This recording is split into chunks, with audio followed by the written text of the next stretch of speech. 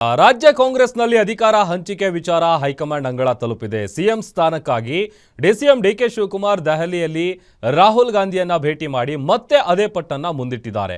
ಮತ್ತೊಂದು ಕಡೆ ಸಿದ್ದರಾಮಯ್ಯ ರಾಜ್ಯದಲ್ಲಿದ್ದುಕೊಂಡೇ ಆಪ್ತರ ಮನೆಯಲ್ಲಿ ಲಂಚ್ ಮೂಲಕ ರಾಜಕೀಯ ರಣತಂತ್ರ ರೂಪಿಸಿದ್ದಾರೆ.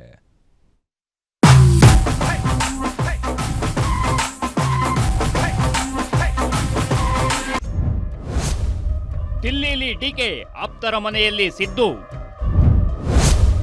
ರಾಜಣ್ಣ ಮನೆಯಲ್ಲಿ ರಾಜಕಾರಣದ ನಾಟಿ ಮಸಾಲೆ, ಹೈಕಮಾಂಡ್ ಬಳಿ ಬಂಡೆ ದಾಳ, ಲಂಚ್ನಲ್ಲಿ ಸಿದ್ದು ಪ್ರತಿದಾಳ. ಕಾಂಗ್ರೆಸ್ನಲ್ಲಿ ಕುರ್ಚಿ ಪಾಲಿಟಿಕ್ಸ್ ಮತ್ತೆ ಗರಿಗೆದರಿದೆ. ಶತಾಯಗತಾಯ ಸಿಎಂ ಆಗಲೇಬೇಕು ಅಂತ ಡಿಕೆ ಪಟ್ಟು ಹಿಡಿದಿದ್ದಾರೆ. ಮತ್ತೊಂದೆಡೆ ಸಿದ್ದರಾಮಯ್ಯ ಬಿಲ್ಕುಲ್ ಕುರ್ಚಿ ಬಿಡೋ ಮಾತೇ ಇಲ್ಲ ಅಂತ ಕೂತಿದ್ದಾರೆ.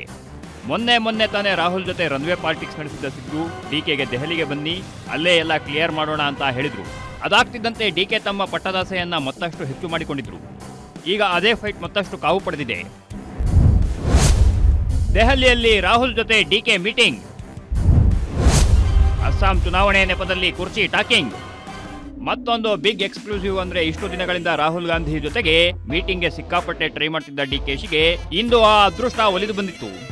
ದೆಹಲಿಯಲ್ಲಿ ಅಸ್ಸಾಂ ಚುನಾವಣೆ ನೆಪದಲ್ಲಿ ರಾಹುಲ್ ಗಾಂಧಿ, ಮಲ್ಲಿಕಾರ್ಜುನ ಖರ್ಗೆ, ವೇಣುಗೋಪಾಲ್ ಜೊತೆ ಡಿಕೆಶಿ ಚರ್ಚೆ ನಡೆಸಿದ್ರು. ಅಸ್ಸಾಂ ಚುನಾವಣೆ ಬಗ್ಗೆ ಮೊದಲು ಚರ್ಚೆ ನಡೆಸಿದ ಬಳಿಕ ರಾಜ್ಯದ ಸಿಎಂ ಕುರ್ಚಿ ಬಗ್ಗೆಯೂ ಡಿಕೆಶಿ ಚರ್ಚೆ ಮಾಡಿದ್ದಾರೆ ಎನ್ನಲಾಗ್ತಿದೆ.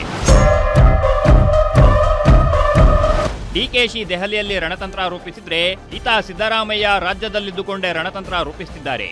ಇಂದು ತುಮಕೂರಿನ ಕ್ಯಾತ್ಸಂದ್ರದಲ್ಲಿರೋ ಆಪ್ತ ಕೆಎನ್ ರಾಜಣ್ಣ ನಿವಾಸದಲ್ಲಿ ಲಂಚ್ ಮೀಟಿಂಗ್ ನೆಪದಲ್ಲಿ ಪಕ್ಕಾ ಪ್ಲಾನ್ ಮಾಡಿದ್ದಾರೆ. ಅಲ್ಲದೆ ಹಿಂದೆ ದೆಹಲಿಯಲ್ಲಿ ಸಿದ್ದು ಪರಮಾಪ್ತ ಕೆಜೆ ಜಾರ್ಜ್ ಕೂಡ ರಾಹುಲ್ ಗಾಂಧಿಯನ್ನ ಭೇಟಿ ಮಾಡಿದ್ರು.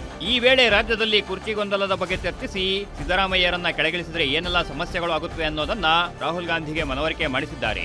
ರಾಹುಲ್ ಗಾಂಧಿಯನ್ನ ಭೇಟಿಯಾಗಿ ಬರ್ತಿದ್ದಂತೆ ಅಲ್ಲಿನ ಸಂದೇಶವನ್ನ ಹೊತ್ತು ತಂದಿದ್ದು ಅದನ್ನ ಸಿದ್ದರಾಮಯ್ಯಗೂ ಮುಟ್ಟಿಸಿದ್ದಾರಂತೆ. ಇಷ್ಟೆಲ್ಲ ಬೆಳವಣಿಗೆಗಳ ಮಧ್ಯೆ ರಾಜಣ್ಣ ಮನೆಯಲ್ಲಿ ಲಂಚ್ ಮೂಲಕ ರಣತಂತ್ರ ರೂಪಿಸಿರುವ ಸಿದ್ದರಾಮಯ್ಯ ಡಿಕೆಶಿಗೆ ಪರೋಕ್ಷವಾಗಿ ಠಕ್ಕರ್ ಕೊಟ್ಟಿದ್ದಾರೆ.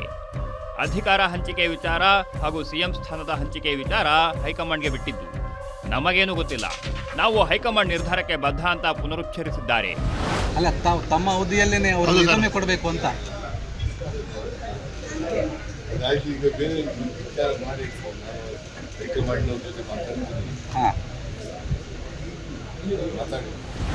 ಒಟ್ನಲ್ಲಿ ಸಿಎಂ ಸ್ಥಾನಕ್ಕಾಗಿ ಡಿಕೆಶಿ ಕೊಟ್ಟ ಮಾತಿನಂತೆ ಅಧಿಕಾರ ಹಂಚಿಕೆಯಾಗಲಿ ಅಂತ ಪಟ್ಟು ಹಿಡಿದಿದ್ದಾರೆ.